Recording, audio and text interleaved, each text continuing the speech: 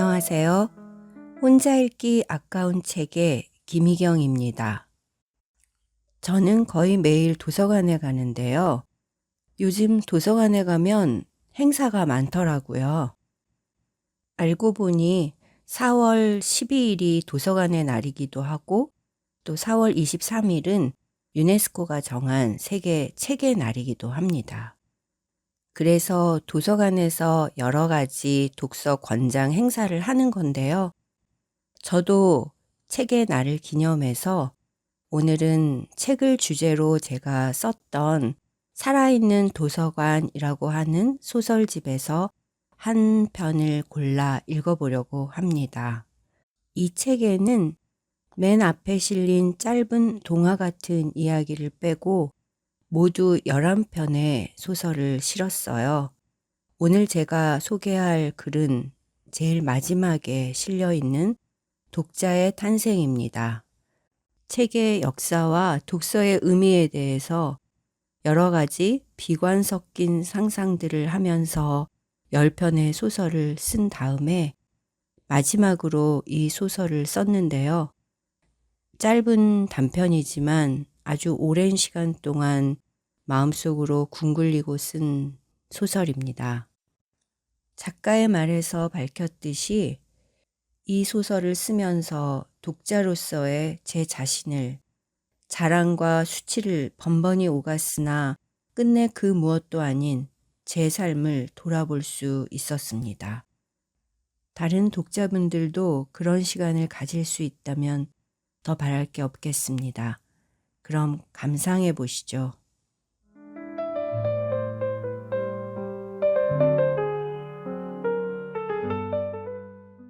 독자의 탄생. 그녀는 도서관을 향해 느리게 걸었다. 끈끈한 땀이 귀 밑에서 목덜미를 타고 흘러내렸다. 도서관은 산 아래 있었지만 큰 길에서 훤히 보였기에 그렇게 오래 그렇게 가파른 길을 오를 거라곤 생각하지 못했다. 하지만 커다란 배낭을 맨 남자가 그녀를 추월하고 짧은 치마를 입은 여자의 둘이 조잘대면서 그녀를 앞질러 벌써 저만큼 가버린 것을 보면 그녀의 몸이 느끼는 것처럼 높은 비탈길은 아닌지도 몰랐다. 그녀는 걸음을 멈추고 작은 손가방에서 손수건을 꺼내 땀을 닦았다. 손수건은 금세 축축해졌다. 10분도 채 걷지 않았는데 이렇게 땀범벅이 되었다는 게 어쩐지 수치스러웠다. 밖에만 나갔다 오면 훌렁훌렁 벗어져치면서 아, 이놈의 땀 하고 한탄하는 건 어머니였다. 그녀는 어머니와 달리 땀이 많은 편은 아니었다. 그러나 아직 초여름인 6월이었고 고작 10분밖에 걷지 않았는데도 그녀는 땀을 줄줄 흘리고 있었다. 도서관은 생각보다 작았다. 10대쯤이나 세울 수 있을까 싶은 넓지 않은 주차장 겸 마당이 있었고 그 옆 작은 등나무 아래 벤치에서 2~3명의 남자가 담배를 피우고 있었다. 마당의 그늘은 그곳뿐이었다. 한가로웠다. 그녀는 정문 옆 게시판과 출입구에 붙은 안내문 따위를 조심스럽게 흘끔거리며 안으로 들어갔다. 도서관에 오기는 처음이었지만 그런 사정을 들키고 싶진 않았다. 출입문 옆 벽에 시각장애인을 위한 점자가 붙은 도서관 안내도가 있었다. 지하 식당, 1층 안내실, 어린이실, 서고, 2층 시청각 자료실, 관장실, 행정실, 3층 종합자료실, 열람실, 4층 회의실, 열람실, 5층 옥상. 그녀는 책을 읽을 수 있는 곳이 서고와 종합자료실과 열람실 중 어디일까 고민했다. 저만치 굳게 닫힌 철문 위에 서고라는 작은 팻말이 붙은 것이 보였다. 문은 빈틈없이 닫혀 있었고 얼씬거리는 사람이 없었다. 그녀는 일단 3층으로 올라가기로 했다. 엘리베이터는 작동 중지 상태였다. 그녀는 다시 땀범벅이 되지 않도록 천천히 계단을 올랐다. 계단을 다 오르자 종합자료실의 투명한 유리문 너머로 나무 책꽂이가 늘어선 서가가 보였다. 그녀는 머뭇거리지 않고 그리로 들어갔다. 입구에 2명의 여자와 1명의 남자가 앉아 있었으나 들어오는 그녀에게 눈길을 주지는 않았다. 대학 시절 학교 도서관에 갔던 이후로 도서관에 오기는, 그러니까 책들로 빼곡한 서가에 들어오기는 처음이었다. 쭉 늘어선 서가를 보자 딸꾹질이 날 것 같았다. 하지만 대학 도서관과는 비교할 수 없이 작은 규모라는 걸 깨닫고 안심했다. 입구에 앉아있던 남자가 잠시 숨을 고르는 그녀를 의식하고 말을 건네려는 순간 그녀는 안쪽으로 걸음을 옮겼다. 어떤 책을 읽겠다는 작정 없이 온 길이었다. 책을 읽겠다는 마음조차 분명치 않았다. 그저 집을 떠나 어머니가 이를 갈며 몸을 틀고 변기를 붙잡고 웩웩 나오지 않는 토사물을 뱉으려 안간힘을 쓰는 집을 떠나 잠시라도 편히 쉴 수 있는 공간을 찾다가 떠오른 곳이 이곳이었다. 그녀는 완벽히 무심한 상태에서 서가를 둘러보았다. 책 한 권을 골라야 한다고 생각했다. 어떤 책이든 한 권을 골라 저쪽 햇빛이 비치는 창가 책상에서 책을 읽는 몇 사람처럼 책을 펼치고 앉아있고 싶었다. 그들이 실제로 책장을 넘기면서 책을 읽는지, 펼쳐놓은 책장을 햇빛에 말리면서 졸기만 하는지 누구도 모른다. 그녀는 그들처럼 아무에게도 방해받지 않고 아무것도 설명할 필요 없이 앉아있고 싶었다. 그러려면 한 권의 책이 필요했다. 아무 책이든 상관없다. 그저 책이면 된다고 생각했음에도 그녀는 선뜻 한 권을 고르지 못했다. 너무 많은 책이 있었고 거의 모든 책이 낯설었다.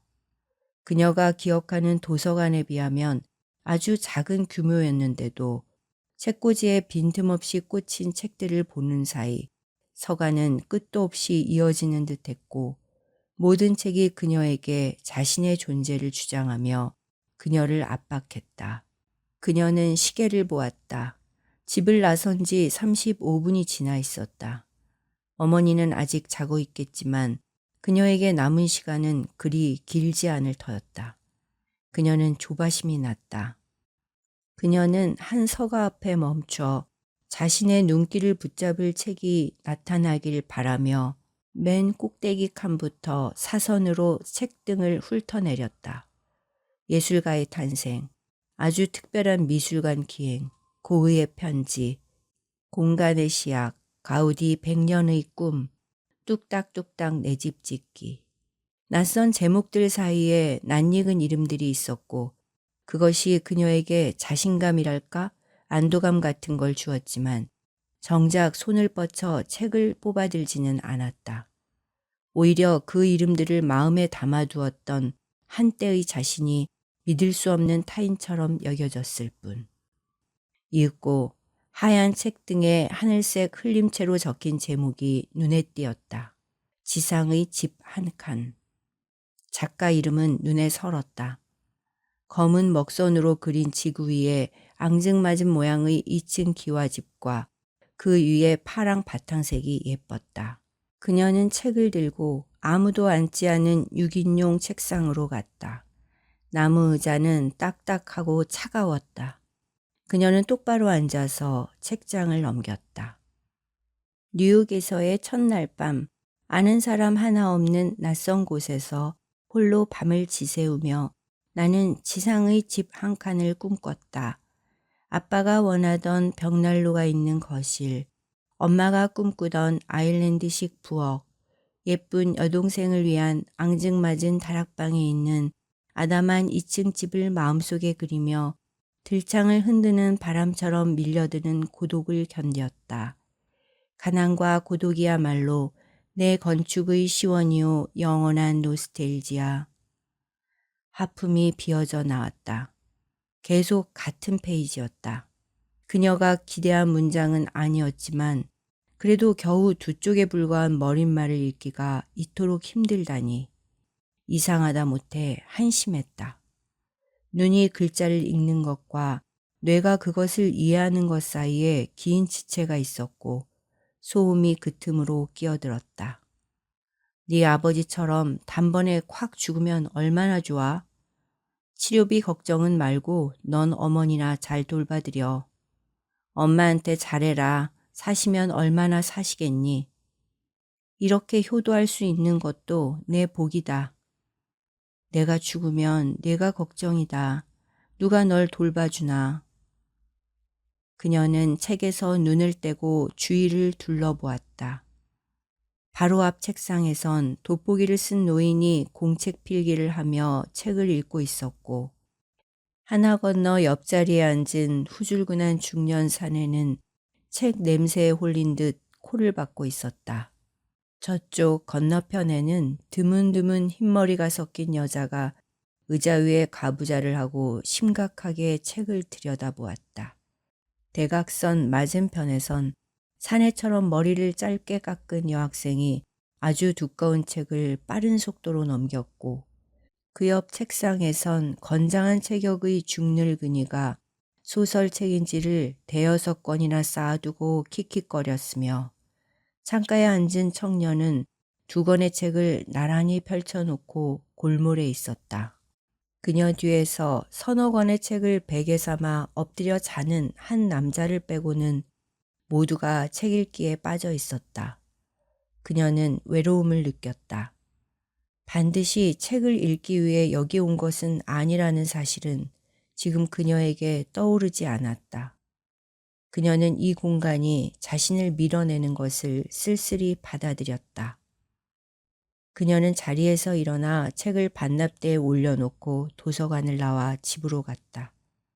어머니는 깨어 있었다. 이것 좀 봐라. 하얀 베개에 가느다란 머리카락이 어지럽게 달라붙어 있었다.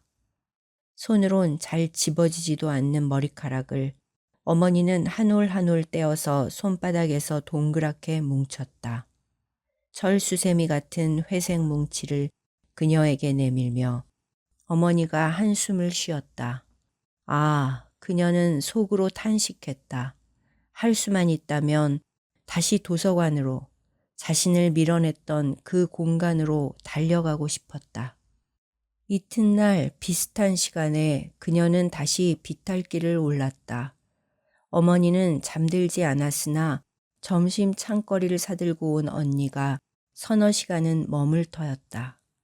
초여름의 태양은 뜨거웠고 땀이 흘렀지만 비탈길은 어제보다 수월하게 여겨졌다.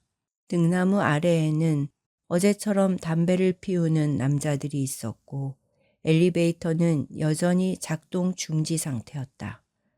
그녀는 걸음을 늦추지 않고 똑바로 계단을 올라가 종합자료실로 들어섰다. 입구에 앉아있던 여자와 눈이 마주쳤다. 한 점의 호기심도 없는 눈동자가 그녀의 얼굴에 잠깐 머물렀다 지나갔다. 그녀는 어제와 다른 동선을 택했다.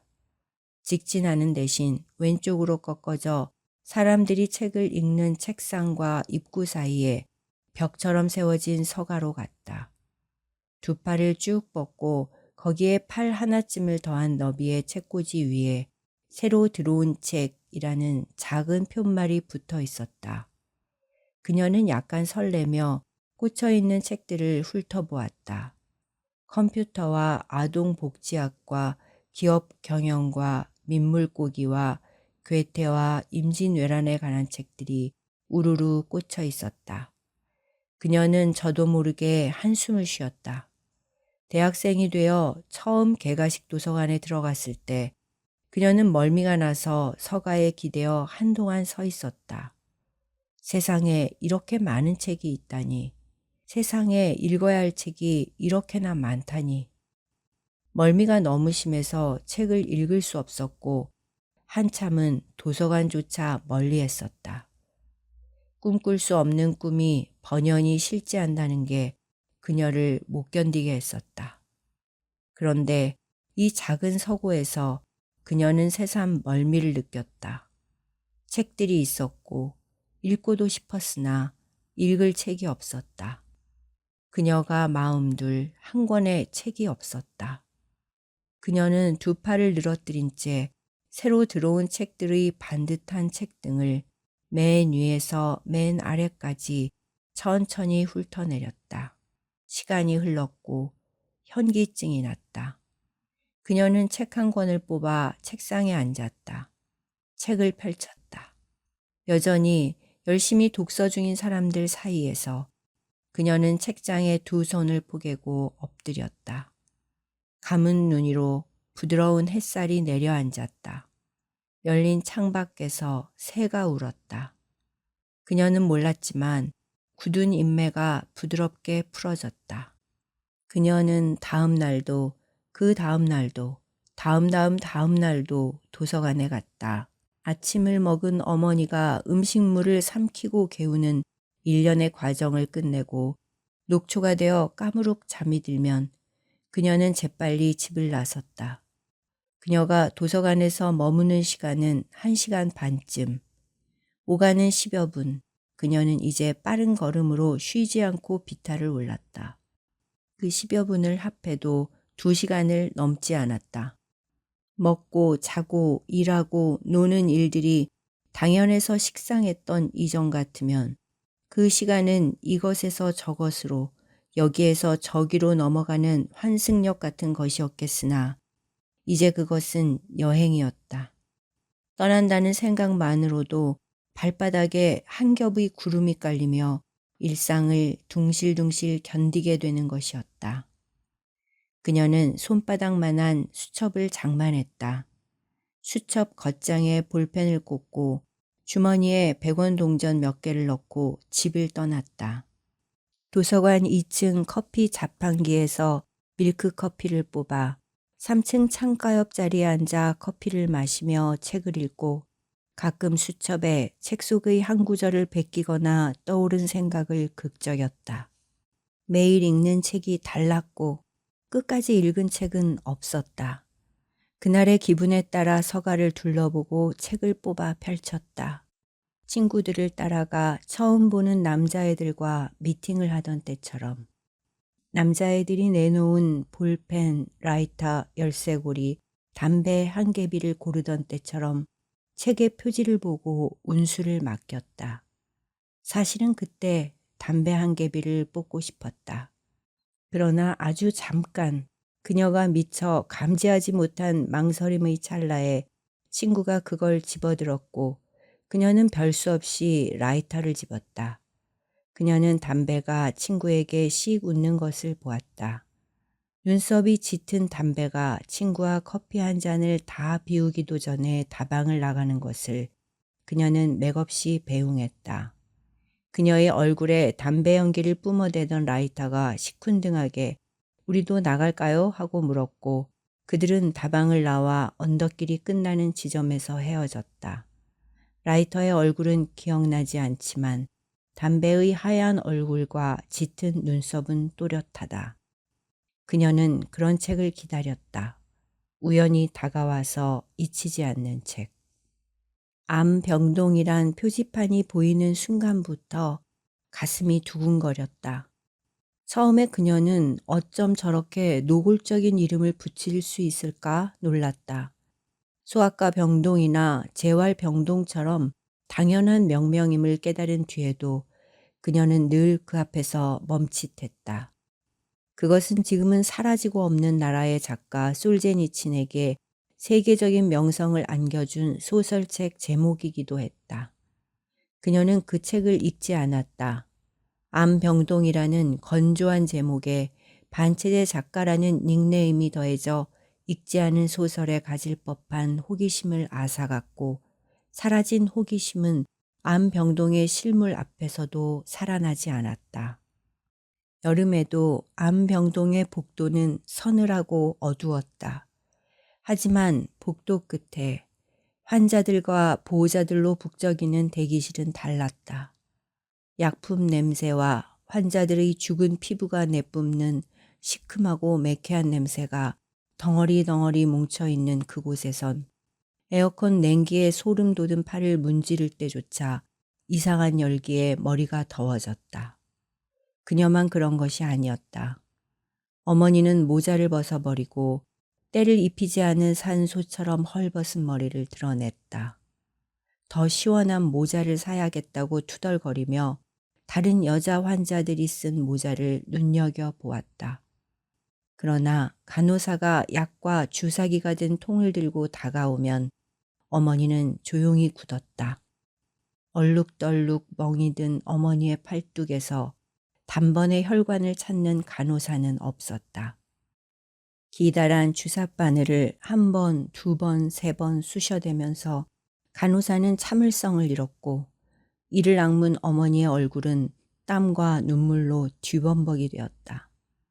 그녀는 손수건을 꺼내 두려움으로 창백해진 어머니의 얼굴을 닦아주었다. 그리고 주사바늘이 꽂히지 않은 손을 꼭 잡은 채 빨간 약이 꿈틀거리며 흘러들어가 어머니의 굳은 핏줄을 파르르 떨게 하는 것을, 어머니가 낮은 신음을 내며 몸서리치는 것을 지켜보았다. 6개월 동안 6번이나 반복했음에도 어머니는 그 고통에 면역되지 않았다. 그녀 또한 그 시간에 면역되지 않았다. 고통은 늘 생생하게 살아서 닥쳤다. 어머니는 그때마다 무너졌다. 그녀는 차가워진 손을 바로쥔 채 그 모습을 지켜보았다. 그녀는 자신이 너무도 절실하게 어머니를 원한다는 것을, 그럼에도 그녀와 어머니 사이엔 크레바스 같은 간극이 버티고 있어 둘은 절대 서로를 경험할 수 없다는 사실을 절감했다. 그녀는 무서웠다. 어찌할 수 없는 절실함이 무섭고 절실함이 어쩌지 못하는 고독이 무서웠다. 한마디로 운명이 무서웠다. 그냥 죽었으면 좋겠다. 건물을 나오기 전 모자를 챙겼으며 어머니가 말했다. 그녀의 눈이 실쭉해졌다.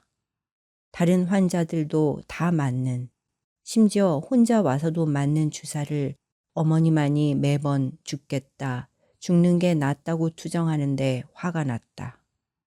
그런 어머니 때문에 무력한 절망감에 떨었던 것이 억울했다.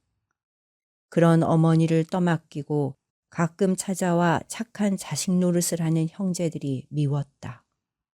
긴 연애 끝에 하필 어머니의 발병 직전에 헤어진 옛 애인이 원망스러웠고 어설픈 경영으로 간신히 얻은 일자리를 잃게 만든 무능한 사장의 멱살을 잡고 싶었다. 그러나 분노의 끝은 언제나 그녀 자신이었다. 어머니가 죽을까 전전긍긍하면서도 죽어가는 어머니 곁을 지키는데 신물을 내는 자신에게 그 비겁에 그녀는 욕지기를 느꼈다. 집에 오자마자 그녀는 도서관으로 올라갔다. 모처럼 집에 온 새언니가 장어 도시락을 사왔노라고 붙잡았지만 그녀는 뒤도 돌아보지 않았다. 그녀에겐 밥이 아니라 시간이 필요했다. 혼자 있을 시간. 3층 계단을 오르며 그녀는 죽음에 관한 책을 찾기로 맘먹었다. 하지만 자료실 입구에 붙은 한국 십진 분류표에는 죽음이란 항목은 없었다. 그녀는 잠깐 망설이다가 철학서가로 갔다. 철학은 인간의 문제를 다루는 학문이니 죽음에 대해서도 많은 이야기를 하리라. 그러나 철학서가를 가득 메운 건 철학적 문제가 아니라 철학자들에 관한 책이었다. 그녀는 소크라테스, 플라톤, 데카르트, 니체 같은 이름과 존재론, 형이상학, 유명론, 실제, 형상, 현상학처럼 아무것도 상기시키지 않는 무정한 단어들이 적힌 책 등을 보았다. 사느냐 죽느냐, 어떻게 살고 어떻게 죽느냐 따위의 질문이 적힌 제목은 없었다. 삶에 관한 책은 드물었고 죽음에 대한 책은 더욱 드물었다. 죽음을 어떻게 맞이할 것인가, 죽음에 이르는 병, 죽음 앞에 선 인간, 죽음의 순간. 가로 4칸, 세로 7칸의 서가 세계에서 발견한 것들 중 유일하게 낯익은 죽음에 이르는 병을 뽑아들고 두세 장을 넘기다가 다시 꽂았다. 현학적인 문장을 에둘러갈 여유가 없었다. 초조감이 엄습했다. 시간이 많지 않았다. 그녀는 생각했다. 죽음을 어떻게 맞이할 것인가는 어머니의 문제였고 죽음의 순간은 아직 오지 않았다. 그녀는 죽음 앞에 선 인간을 꺼내 들었다. 늘 앉던 자리로 가서 책을 펼쳤다.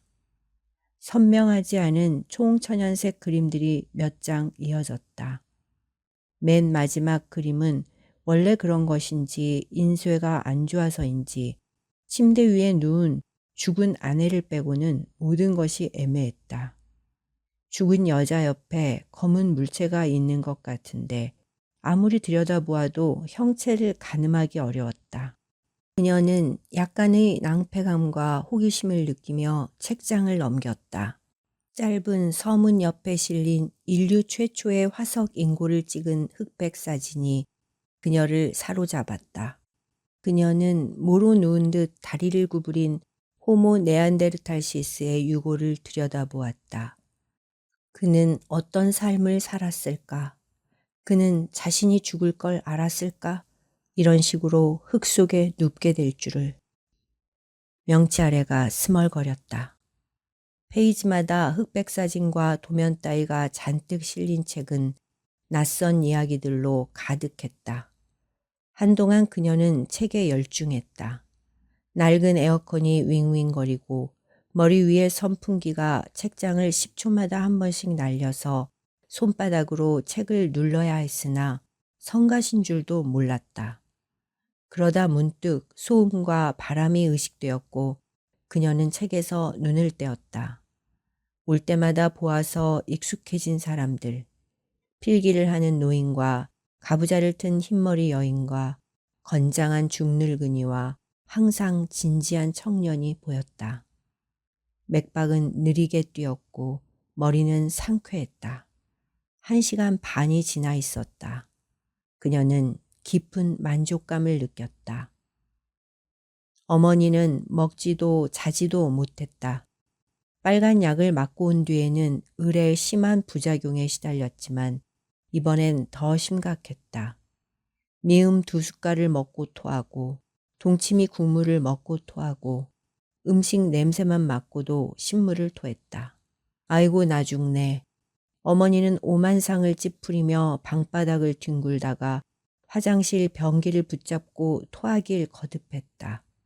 토할 때 토하더라도 먹어야 합니다. 의사는 단호했다. 그녀는 새벽 6시에 시장으로 갔다.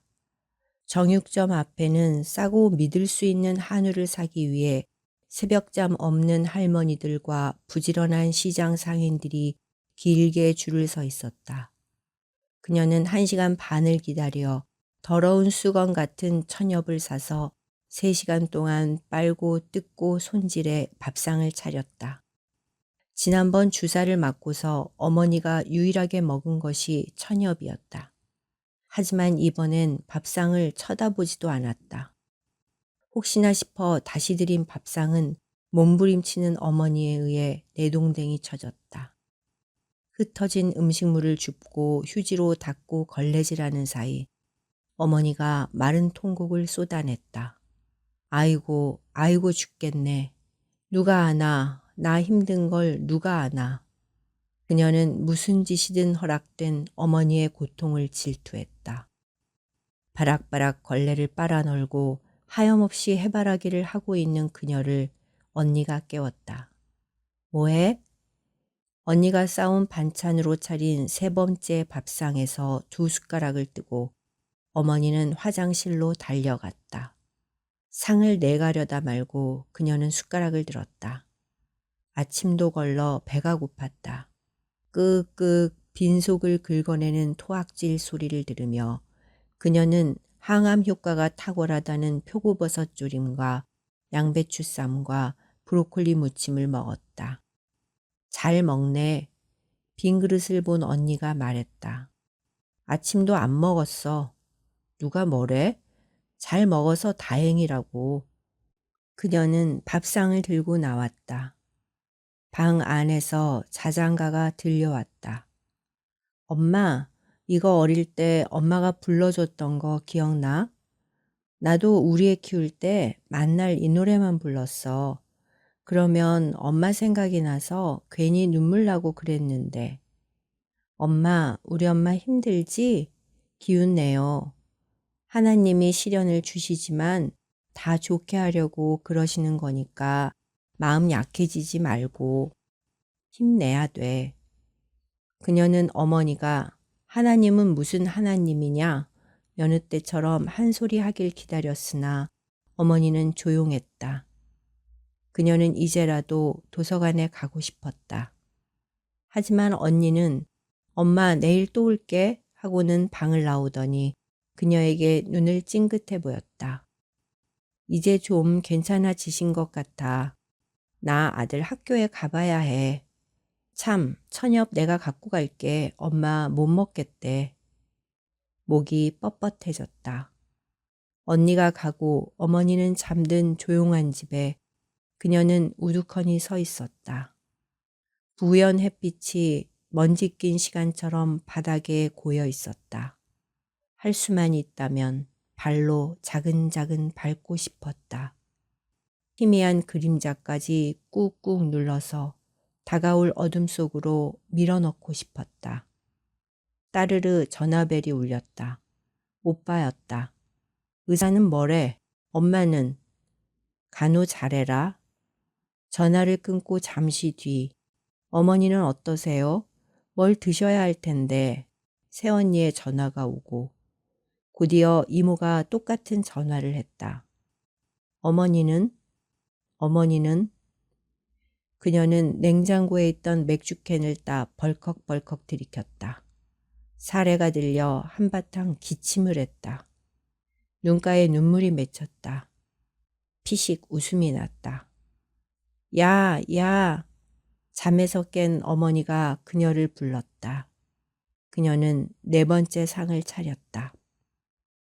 다시 도서관 창가 자리에 앉았을 때 한동안 그녀의 눈은 활자들 사이에서 갈피를 잡지 못했다.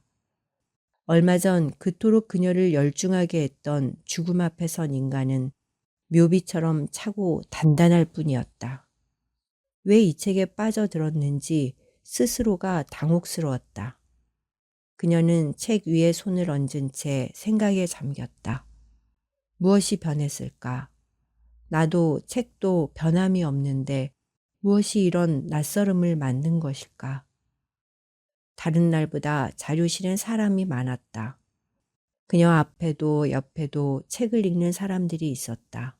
삼국지를 쌓아놓고 읽는 중늙은이 옆에서 젊은 여자가 요리책을 들여다보고 있었고 맞은편에선 고등학생인 듯 코밑이 거뭇거뭇한 사내애가 컴퓨터 프로그래밍 책을 열심히 읽고 있었다.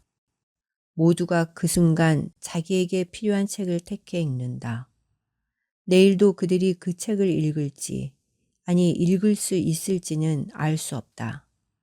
만약 그들의 아내가, 자식이, 어머니가 갑작스런 병으로 쓰러지거나 죽는다면 지금 그들이 열중해서 읽는 책들은 순식간에 쓸모를 잃고 잊힐 것이다. 아무리 간절해도 순간일 뿐 영원한 것은 없다. 그녀는 책장을 넘겨 앙상한 해골이 등장하는 그림과 갖은 모양의 무덤과 묘비들, 사자의 얼굴을 담은 그림과 사진들을 보았다. 적나라하게 드러난 죽음의 모습들 속에서 그녀는 죽음의 실종을 보았다.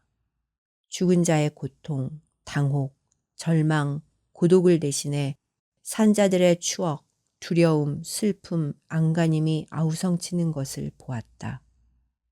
그녀는 책을 덮었다. 페이지에서 죽음을 포착하겠다는 소망부터가 틀려먹은 것인지도 모른다. 뒷목이 뻣뻣했다. 짝짝짝짝짝짝짝. 갑자기 박수 소리가 들렸다. 그녀는 고개를 들었다. 책장에 얼굴을 파묻고 있던 이들이 모두 고개를 쳐들고 박수 소리에 근원을 찾았다. 고개 너머에 늙은이가 있었다. 늙은이는 태어난 얼굴로 책을 볼 뿐 묻시선을 아랑곳하지 않았다. 아닌가? 당황한 시선들이 뒤엉켰다. 그녀는 늙은이의 입조리에 희미하게 맴도는 웃음기를 보았다. 그녀는 늙은이에게 묻고 싶었다. 왜 손뼉을 치셨나요? 늙은이가 웃었다. 궁금한가? 예. 책을 읽는가? 예. 내일 와서 읽고 있지요. 그런데도 그게 궁금하다고? 허. 문득 눈앞이 환해졌다. 책은 많고 그녀에겐 아직 시간이 있었다. 그녀는 얼른 서가로 갔다. 죽어가는 자의 고독이란 제목이 눈을 끌었다. 노르베르트 엘리아스라는 저자는 생소했지만 타인을 의식하지 않는 그의 문장이 그녀는 곧 마음에 들었다. 책장을 넘기는 그녀의 손이 점점 빨라졌다. 서서히 쇠락해 간다는 사실이 이 사람들을 삶으로부터 격리시킨다. 그것이 가장 힘든 것이다. 살아있는 사람들이 공동체로부터 나이 든 사람, 죽어가는 사람들이 암묵적으로 분리되는 것, 친한 사람들과의 관계가 점차 차가워지는 것, 이것이 가장 힘든 일이다. 수첩에 문장을 베껴 쓰는 사이 두근거리던 가슴은 서서히 재호흡을 찾으며 차분해지고 뒤엉킨 머릿속은 가지런해졌다. 그녀는 어머니를 떠올렸다. 손발이 시커멓게 타들어가고 머리카락이 빠지고 얼굴은 해골처럼 깡말라 울고 토하고 이를 갈고 비명을 지르며 원망과 한탄과 저주를 쏟아내는 어머니. 그리하여 그녀로부터 동정할 자유마저 앗아간 어머니. 허나 불과 1년 전, 아니 지난 가을 암 진단을 받고 수술을 하고 항암 치료를 시작할 때까지만 해도 여전히 곱고 의연하여 지켜보는 이들에게 삶의 무궁한 가능성이었던 어머니. 51에 갑자기 지아비를 잃고도 새 아이들을 번듯이 키워내고 살림까지 불려낸 강단 있는 여자. 매일 똑같은 일상을 60년 넘게 지루한 기색 한 번 없이 늘 부지런히 해내던 그 여자의 활력을 떠올렸다. 이 모든 걸 감쪽같이 잊어버린 것을 떠올렸다. 다 잊고 겨우 8달의 어머니만을 기억하고 8달의 어머니만이 전부인 양 진저리를 치며 멀리하던 것을 떠올렸다. 그녀는 죄책감을 느꼈으나 그것이 산자와 죽어가는 자 사이의 거리이며 불안이고 고독이라는 것을 객관적으로 인식했다. 가슴이 뻐근했다. 그녀는 어머니를 깊이 이해할 수 있었다. 어머니가 끝없이 고통을 토로하는 것은 육체적인 아픔만이 아니라 홀로 죽어가는 자가 느끼는 고독의 토로라는 것을 알았다. 자신이 어머니의 고통에 질끈 눈을 감곤 하는 것은 사랑하지 않아서가 아니라 도움과 사랑을 줄 수 없는 무력감 때문이라는 것을 알았다. 오직 자신만이 이 모든 걸 안다는 것을 알았다.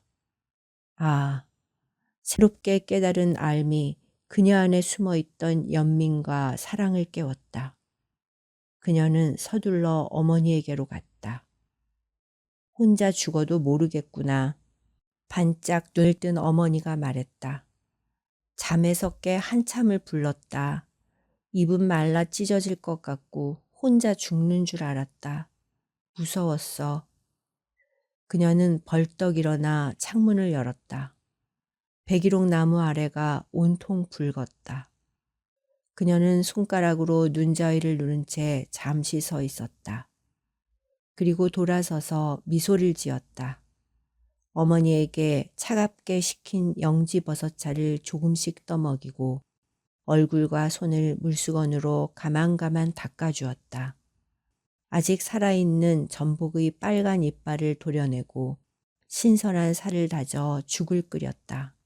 냄새가 나가지 않도록 부엌문을 닫고 조리하는 사이 목덜미에서 겨드랑이에서 가슴골에서 오금에서 땀이 줄줄 흘러내렸다. 어머니가 얼굴을 찡그렸다. 쉰내나 저리 가. 그녀는 고통은 이기적이라는 것을 깨닫는다. 고통은 고통에만 집중할 뿐 타인을 배려하는 이타심을 허용하지 않는다.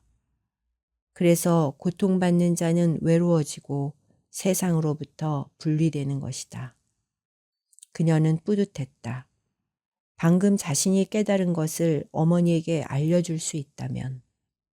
그녀는 수첩을 꺼내 노르베르트 엘리아스의 문장 아래 자신의 문장을 적었다.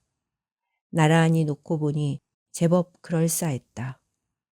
그녀는 옷을 갈아입고 어머니 옆에 붙어 앉아 계속 음식 타박을 하며 도리질하는 어머니를 달래 죽 한 그릇을 다 먹였다. 빈 그릇은 처음이었다. 어머니조차 놀랐다. 이걸 다 먹었어. 푹 꺼진 거칠한 볼에 엷은 홍조가 서렸다. 그녀는 뿌듯했다. 그녀는 도서관을 향해 느리게 걷는다. 계절이 바뀐 탓이겠지만 근 100일 만에 다시 걷는 길은 처음처럼 낯설다. 내린 눈이 얼어 비탈길은 미끄럽다. 엉금엉금 나아가는 그녀 곁으로 사내의 서넛이 깔깔거리며 쏜살같이 미끄러져 내려간다. 녀석들이 지난 자리가 반들반들 빛나는 것을 보며 그녀는 벌써 내려올 일을 걱정한다. 그러나 3층 자료실의 문을 열고 들어서는 순간 걱정은 잊힌다. 입구의 여자가 반가운 듯 눈인사를 하려다 그녀의 머리에 내려앉은 눈 같은 흰 리본을 보고 흠칫 놀란다. 그녀는 모르는 척 여자를 지나 서가로 간다. 빽빽한 책들 사이에서 수상록, 상념을 쫓아 적었다는 두꺼운 책이 넌지시 그녀를 건너본다.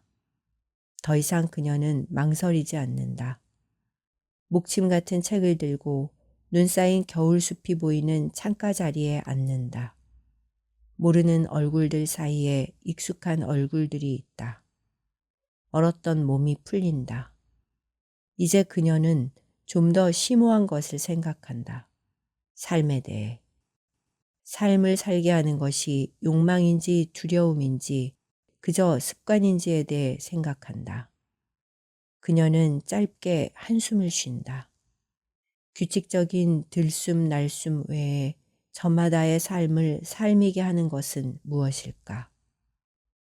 한밤중에 응급실로 실려간 어머니는 주렁주렁 호스를 달고 사흘을 누워있다가 세상을 떴다. 일생 동안 들이쉰 이승의 숨이 다 빠져나오는 동안 어머니는 아무 말도 하지 못했고 누구도 알아보지 못했다. 그리고 혼자 죽음을 맞고 한 번도 믿은 적 없는 신의 표장 아래 누웠다. 그녀는 어머니를 구하지 못했다.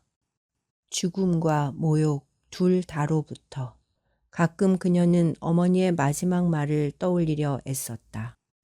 죽고 싶다는 말이었다고 생각되면 그토록 신물을 내던 말을 위안 삼아 그럭저럭 잠들 수 있었다.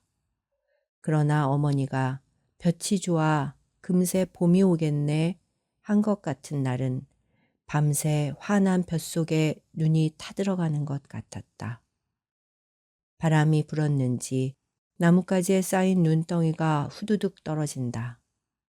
빈 가지는 검고 앙상하다. 봄은 아직 멀다. 과연 다시 올까 싶을 만큼 아득하게 멀다. 누군가 온몸을 울리며 재채기를 한다. 생은 고작 재채기 같은 것인지도 모른다. 한 점 망설임 없이 말 같던 어머니의 마지막 얼굴이 떠오른다. 언젠가는 온몸을 흔들어대는 생의 이 모든 요란함을 용서하게 될 것이다. 그녀는 천천히 눈길을 돌린다. 커다란 책 위에 가지런한 두 손, 책장을 넘긴다. 자글거리던 소음이 잦아들고 그녀와 책만 남는다. 아주 오래전, 어쩌면 그녀가 밑줄을 그었을 문장에 시선이 머문다. 길은 다른 방면으로 있고 끝은 저승에나 있다. 중요한 것은 어떻게 하면 내가 나다워질 수 있는지 아는 것이다. 그녀는 고개를 끄덕인다. 미소가 떠오른다. 창밖으로 먼지 같은 눈발이 날린다.